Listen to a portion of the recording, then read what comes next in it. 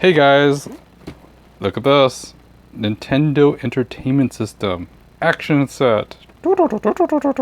Anyways, this is basically brand new. This is going to be unboxing. This is brand new, straight from a closet that I had. This was a second unit. I never really used it. I'm pretty sure I opened it and checked it and then put it into storage. But with all this stuff with the Nintendo Classic Console unit that's sold out, at Target when I was going there, I didn't know what the line was about, and until I looked at it, hey, I have this, but the original one. So let's go ahead and open this thing up. It's been about, I don't know, since I think probably 91, I think, or no, probably, I don't know. Anyways, it's been a long time, and I'm pretty sure it's like licensed in 84 or something like that. But this is the original one, original package, and look, typical family. But in a typical gray background in a room with a really expensive Sony monitor. I think they had those in the past, and a zapper gun. Now, of course, you can't really use a zapper gun on LCD screens these days, or plasma screens, because it really doesn't work. I think since anyway, long story short, I digress. Came with Super Mario and Duck Hunt, which is pretty much the best game ever. When you first start out, it came out with really good good apps, those two. Duck Hunt was really fun. Basically, this dog basically shoots people. Well, you shoot the ducks and the dogs finds it for you. And Super Mario Bros., well, that's what started all of it. It comes with a Nintendo Zapper, action-packed for the entire family. Definitely a family-friendly game, that gave you a really high-tech gun. Does pop any game into the ever-expanding library of Nintendo games and experience true-to-life arcade video that will have you on the edge of your seat with challenging action, incredible graphics, and hot video game titles available. To top it off, Action built for expandability. Not only can you accommodate the NES Zapper, but also are great accessories like the NES Advantage, NES Max, NES Satellite, or the NES Fourscore. For 4-player fun. Our official Nintendo seal of quality assures that these products have met our standards of excellence in licensing. Action Set is in-home entertainment. Now the entire family can get on the excitement. Made in Japan, ages 6 to adult. Valuable warranty stuff. Anyways, for sale and use in Canada, Mexico, and the US. 2 game controllers. The console, the zapper, control deck. And of course, the freebie game that comes with it. So let's take a look at open it. Wait, open at the other end. Really? What? Is there anything else on here?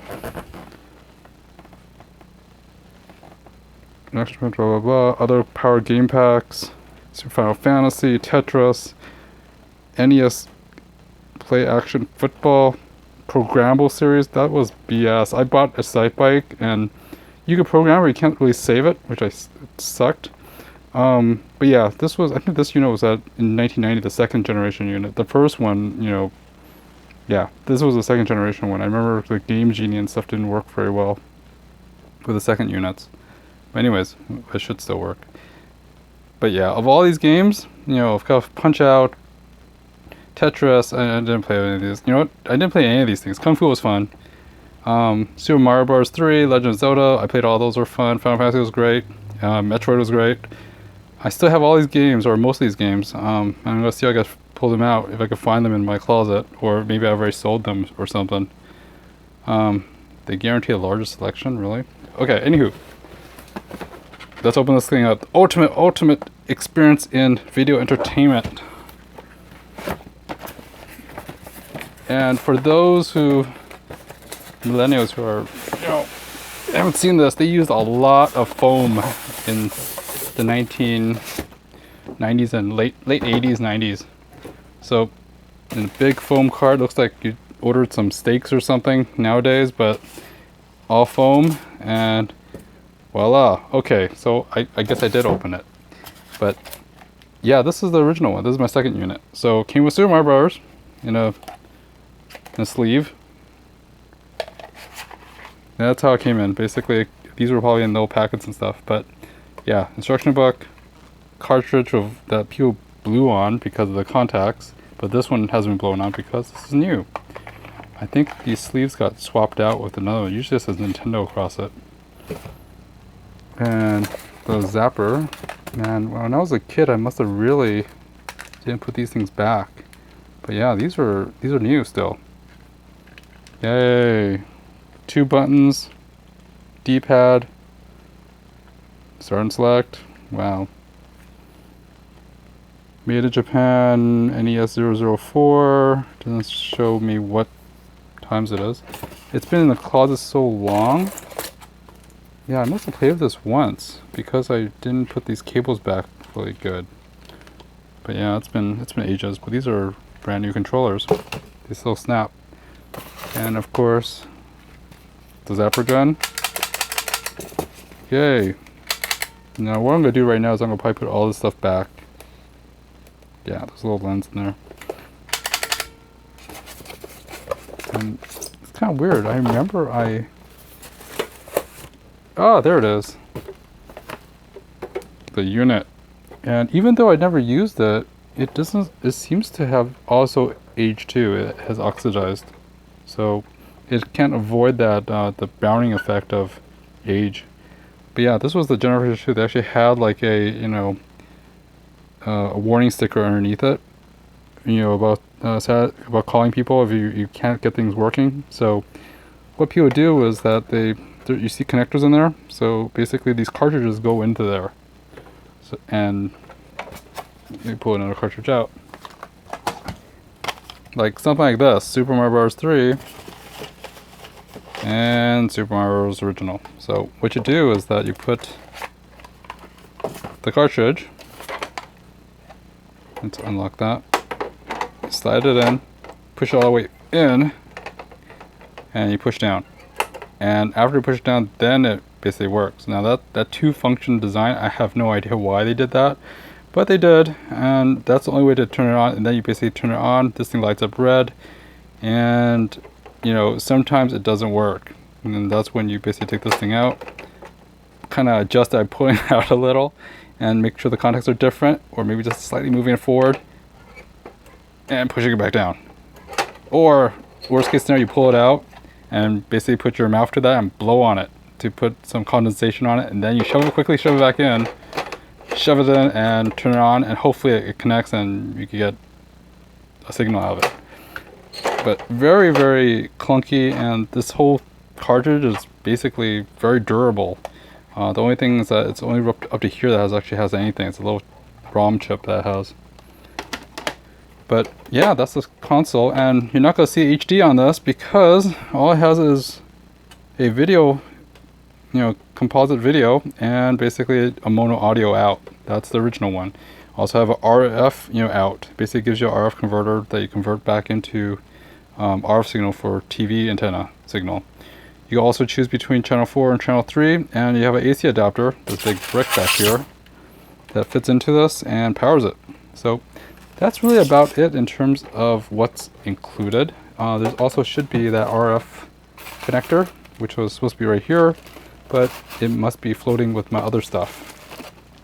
But this is the original book. It comes with the original instructions, the zapper, which we never opened because it's so simple. You just basically plug it in and it works. They made it very, very good design, and very, very, very, very user-friendly. So I still have a lot of these games. Some of the best games that they ever made, right?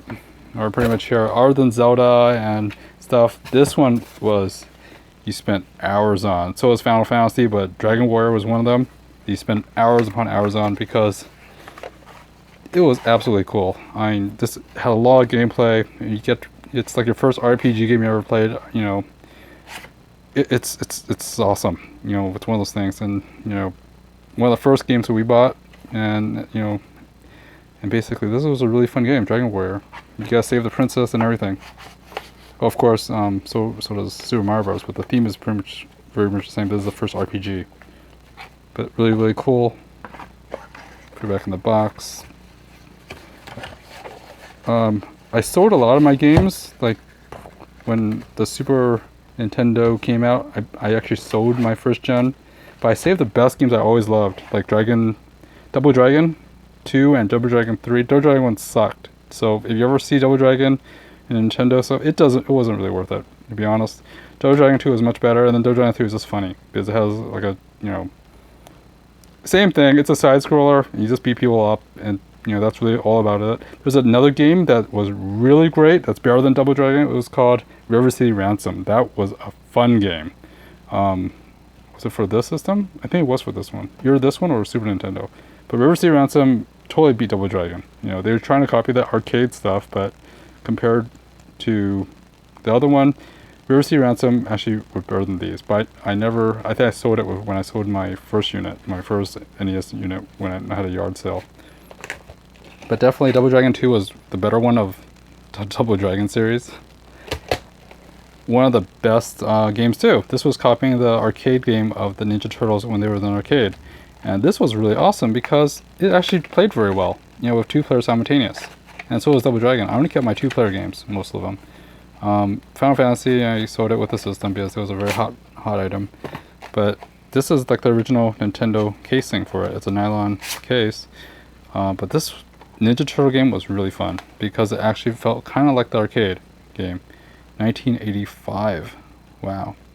Do not clean with benzene, thinner, paint thinner, or thinner, alcohol, or such solvents, but people did. They basically just put a Q-tip and rub these things and just clean those contacts. Those contacts sometimes just corroded and it didn't connect very well. That's why you had to clean them. But they sold a lot of cleaning solution for the stuff. But yeah, Teenage Mutant Ninja Turtles, it was a pretty good adaptation of the arcade game on that time, which was really nice. Oh, Strider. This was fun. Not like the arcade, similar to it, but as you can see, save up to $10 when you buy other Capcom games, right? This was one of the fun games. They basically, in the arcade was really cool, but when they adapted it to the Nintendo, it wasn't really, the same thing. Basically, you don't have that, but they later made Bionic Commando or whatever, and it was much better than this, but what do you expect? It's 8-bit. And it was pretty cool, and they even said it was high resolution and state of the art, so it must be good. Of course, it's Capcom. But anyways, that's really about it. I have more games, but at the same time, I just kept a few of these. The rest I think I sold with my first unit. But there you have it. You have the Super Nintendo, or no, it's just regular Nintendo, and all these fun controllers, and this is the same size. I'm thinking the new classic one is probably the same thing too. It's about the same size and stuff. But these were all new. I actually have a Super Famicom, which was the Japanese version of this. But that's it, folks. I'm glad you enjoyed that. I hope you enjoyed it. At the same time, I think I sold most of them. I had like, I don't know, probably 20, 30 of these games, but I sold them all when I sold, at the turn of 90, right after high school or something, or right before high school. After I got this unit, I sold the unit at about 10, 20 of these games with it at a garage sale. But anywho, long story short, I hope you enjoyed it. And I would plug this in, but I will need a converter to convert that RF signal to a television signal, or I could just use my other television one for it, or even that thing. So I'll probably be playing it on a tiny little LCD screen or something like that, but probably won't work.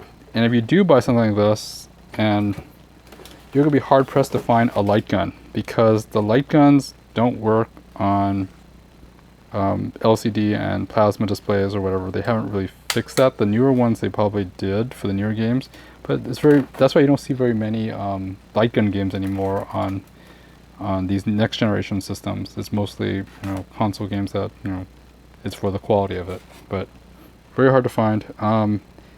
PlayStation 2, when they had the light gun games, they start dropping off like flies when LCD panels and plasma panels came out, because they couldn't match the hertz rates. Anywho, guys, have a good one, and that was just a quick unboxing. And yeah, I guess this box is pretty darn beat up. I thought I packed it out pretty well and before I stored it, but I guess not. It must be the young me that totally didn't box it right. But I'll probably put everything back together and get the RF cable back in there. It's in storage somewhere else. Anyways, guys, have a good one. Thanks for watching. Again, subscribe if you want. I'm just going to do more of these things, and as more of these classic stuff comes out, I will probably post it, or other interesting stuff.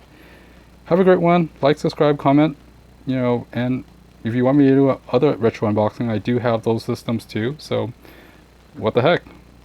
Put your thoughts on the comments. Bye.